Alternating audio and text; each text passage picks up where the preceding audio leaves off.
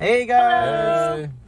So we just got out of Honey Boy with Shai LaBeouf. It's a small independent film that Shai LaBeouf did. It's an experimental film about his story of his dad and his childhood. As we know, or as you know, Shai LaBeouf has had a really strange adult career, coming in and out of rehabs and coming in and out of all kind of situations. I didn't know until I saw this movie. Oh, really? Yeah, I'm really glad that you told me it was about his childhood, because they didn't make that clear until maybe the last 2 minutes. Yeah, no, I kind of looked it up before we came. I'm like, what the heck are we even watching? I wouldn't have liked it if I didn't know the story behind it. But yeah, there was an accident on set of the movie Fury. Fury is about did you ever see Fury, the World War II movie? It's really good. No. With Brad Pitt. Gosh, yes. Probably my second favorite World War II movie. It's phenomenal. It's really good. So sad. It's a sad So movie, sad. but it's a good movie at the end. So sad. No. It is sad movie. But the thing I liked about Fury was just the reality of living in this tank during World War II and them driving. But anyways, the point is that there was an accident on set where Shia LaBeouf went a little too far. He wouldn't take showers because he wanted to be a method actor. He wanted to really just become the set. He didn't want Brad Pitt or any of the other actors to call him by Shia LaBeouf. He wanted to only be referred as the character. Like, he was the character only. So when the cameras turned off, he didn't, go back to being Shia LaBeouf or whatever he wanted to. And people were pissed, the director, the production. I think a lot of the actors who were in the tank with Shia LaBeouf, I think even Brad Pitt was like, you need to take a shower because you smell like crap. And he refused to do it. And all kinds of weird things happened. And there was another on set of, there's another movie he made, like a mobster movie with Tom Hardy. The prohibition movie about the illegal drinking, and he wanted to fight Tom Hardy on set because he thought he was bigger and better fighter. Heard about that, yeah. So he's had this weird. Anyways, long story short, this movie explains a lot as to why he kind of lost his mind a little bit, and it has a lot to do with his dad, who I guess he was a drug addict, alcohol addiction, felonies. I guess Shia LaBeouf was basically paying his dad to basically, be like his agent and his coach, basically. Yeah, but he wasn't very good at it, and he was going through some really hard issues and stuff. It's a tough movie to watch because you start really feeling bad for the kid in the movie, but then you realize, oh my god, that's the true story of even Stevens. Shia LaBeouf. Yeah. And I like experimental films, but when it's this real, I like Lighthouse. I can kind of separate myself from a movie like Lighthouse, where it's like, okay, because it's fictional, right? It's nonsense.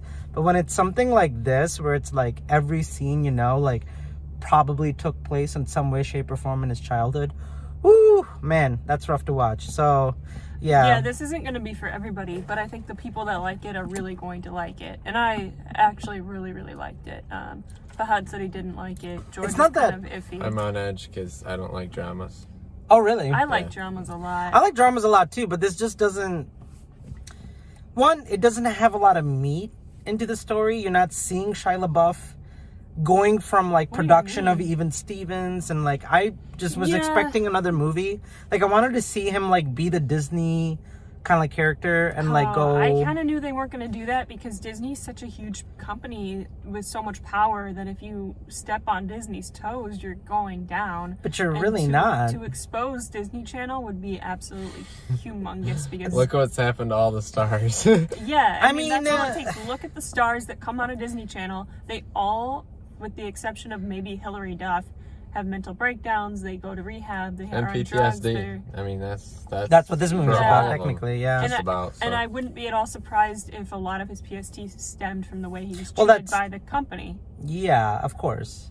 But I think a lot of the PTSD, like the movie said, is about tied to his dad and the counselors and the people in the rehab. This is more about his interpersonal relationships than the studios he worked for. Right. So for me, it's interesting. I did watch even Stevens. I did continue to see his other works. What was the movie? Holes? Holes was great, yeah. Of course, he was in the big, multi-million-dollar franchise Transformers. You mentioned Eagle Eye, Yeah, which I thought was really really liked good. Eagle Eye. No, Eagle Eye is great. It I is. thought And his greatest production of all time, the YouTube video, Just Do It! Yeah. He's an interesting dude, and I think he's kind of becoming grown a lot as he's an grown a actor. lot. He's able to produce and write movies now, which you can tell. I saw Peanut Butter Falcon. You guys did not. Yeah, I heard it's really good. Very, very good. Plays a totally different character. I think that might be really good for him, though. Yeah. To play a wholesome character that's like more lighthearted, because his past is just, oh my gosh, it's so dark. I thought the number one reason I liked this movie, the little kid that plays him as a child, what's his name? He was in Wonder, and he was Ford in versus Wonder. Ferrari. He was the kid in Ford versus Ferrari. Yep. Yeah. And what was his name? Nick. I have no idea. It'll come to me, but Okay. he was fantastic in this movie. The look on his face in every scene perfectly portrayed the emotion he was trying to get across. Not once did I remember that he was acting. Not once did any of the child actor, like, usually will take you out of the movie. Yeah. Not once did that happen. And when That's he's true. supposed to be having a crush on that little girl, the look on his face was She's not just, very little, but yeah. Well, she was like a teenage girl. Yeah. Like maybe 17. I think you missed the scene, and it was kind of pivotal. Where Yeah. I think you ran out. I went to the restaurant, or I don't know. Oh, the dad was trying That to hit dad on thought her. like no. The dad came into the room, and she was there Okay. in the room in the hotel, Okay. and she was like, "Are you sleeping with my son?" And That's what the dad said? yeah, and she's like, "No, like he just pays me to like be a mom or like a older sister." Oh, I did Take miss care of that. Yeah, so like I saw when he handed her money, which was so sad because he thought, he wanted him to love him and be appreciated, but he had to go to a complete stranger to do that. And she was kind of like one of that, like, she was just basically trying to be like a bigger sister. I'm sure there was some sexual tension for him as a kid at the same time, but also he was just looking for love. right. And I thought that was very interesting. Like, I was like, whoa, this is borderline pedophilia. But then as the movie progressed, I realized this is more about Like a mother figure. mother, or like somebody just like older person, just kind of. It's kind of like the same crush he had in JoJo, where she's not into it, but he's got a crush. Yeah, but at least she's still under the age of 18. This was a woman. I thought she was like 16, 17. No, she was She might have been definitely. 17. Yeah, I think maybe she was 17. Still too old for him. Oh Absolutely. yeah. But No, for sure. Yeah, but not to the point where it was weird Yeah. for the younger one to have a crush. Yeah, like this was like coming to the point where I was like questioning how more, like, how much Well, of the line are they gonna The saddest push part for? was he's got this friend now and they're cuddling or whatever, and then he hands her money, which she Well- never asked for, because That was almost kind of sad. that was sad because You could just see her face just Well- get so downcast. Yeah, but at the same time, she didn't need the money, and he kind of understood that. So he Right. was like, well, I'm gonna actually care about this young girl at the same time. See, But maybe we can have I a, didn't read it that way. because like, remember her mom was yelling at her for not bringing in more money because they can't pay for stuff in the laundry room. Oh yeah. So he kind of like was like, okay, like, stay here. He runs to his dad and gets the money and then gives it to her so that, I didn't see it that way. I saw it as his example of what it meant to be with a woman was only from his dad, who only knew like prostitution. Yeah, because that of that- honestly, That's- yeah. that's it what looked I like thought. that. So he thought in order for somebody to do this with me, I have to pay them. That's the only way. Yeah, I can be loved. he didn't really understand it, Right. it's kind of adorable that he was just looking for like a motherly older figure in his life. You know what I'm saying? Like at the Yeah. same time, No, it's kind of so weird questionable. and yet still questionable. But life isn't. This. It's not a Disney movie. Like real life sucks. Even these actors who you watch on Disney Channel and Disney movies, they have their own lives and they have some really dark stuff. Like we've heard the past about how Lindsay Lohan's parents abused and tortured Lindsay Lohan. We learned about Amanda, what's her name?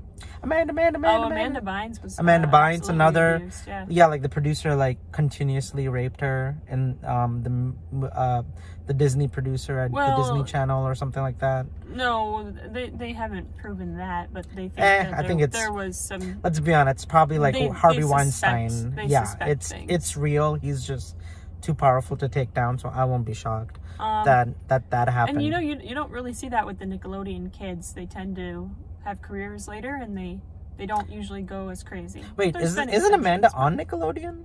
Wasn't that where Amanda Bynes, I guess. So one of the producers of either Nickelodeon or whatever she did, she went through hell as a teenager and young girl too. I don't know. The point is, I'm going off. I don't think she was one of the ones that went as crazy later on. Oh yeah, she did. Was she? Oh yeah, Oh, she went bananas. Oh, okay. As much as Lindsay Lohan and Shia did, and Kristen Stewart, who we just saw a trailer for, she's got some. Anyways, it's weird. Like these kid actors just. Man, well, like get all Judy this Garland, love and attention, and then like Justin Bieber, and they get this love and attention, and everybody idolizes them, and then overnight it's gone because they're no longer the big hot thing, and there's another cute little kid who's waiting at the door. Speaking of Justin Bieber, what about that Usher trailer we saw? I don't even remember the movie name, but I'm gonna remember the movie. Oh, Burden. I read the book. Yeah, I was really weird. That was really weird watching that trailer. I'm like, this reminds me of the book I read. Anyways, long story short, yes, you should read the book too. It's really. I sadly don't have time. Oh no, that's okay. I was just.